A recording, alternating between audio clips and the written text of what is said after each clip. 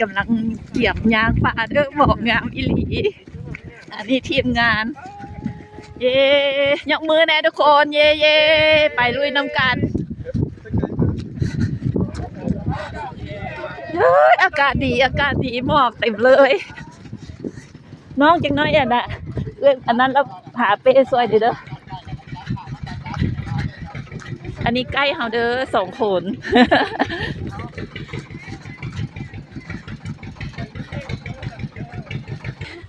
เอ้ยบึงแม่ต้นไม้นี่จะแม่น้ำเอาบึงวอดบ่เห็นว่าต้นไม้อยู่เลย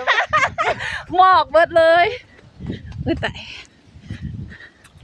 บ่เห็นเลยเนาะ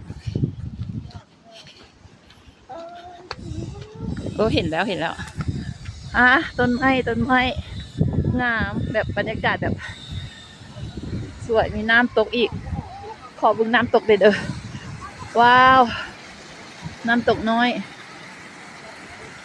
พระเจ้าน่าจะเห็นฝ่ายกันน้ำบอก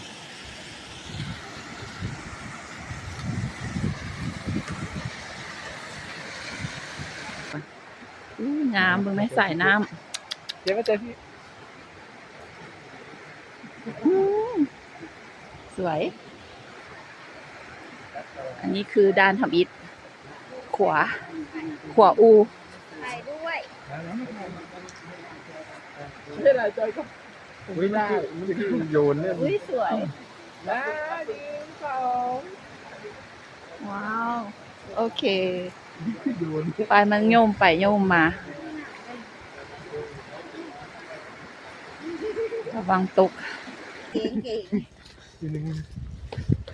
หมดแล้ว ยาก็เริ่มต้น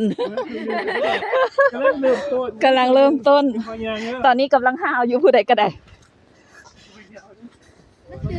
ตื่นเต้นแมนเห็นเนาะ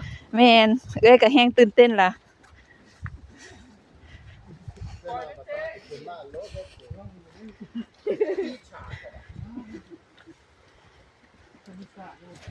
อุ้ยธรรมชาติอีหลีว้าวแต่ว่ามันก็อยากมืนเนาะระวังมือเด้อจับดีจับหาวจับอย่างโอ้ยน้ำใส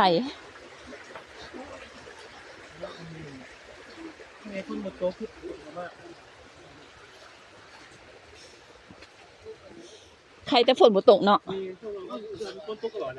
แม่นบ่ตอนนี้ขึ้นนิดนึงสันนิดนึงอุ้ยเริ่มจะเมื่อย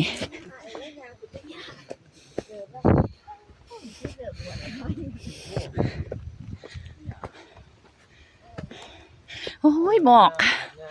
บรรยากาศแบบน้ำทางนี่ก็พอแห้งแล้วนะเนาะแห้งนี่ถ่ายวิดีโอไว้ได้นี่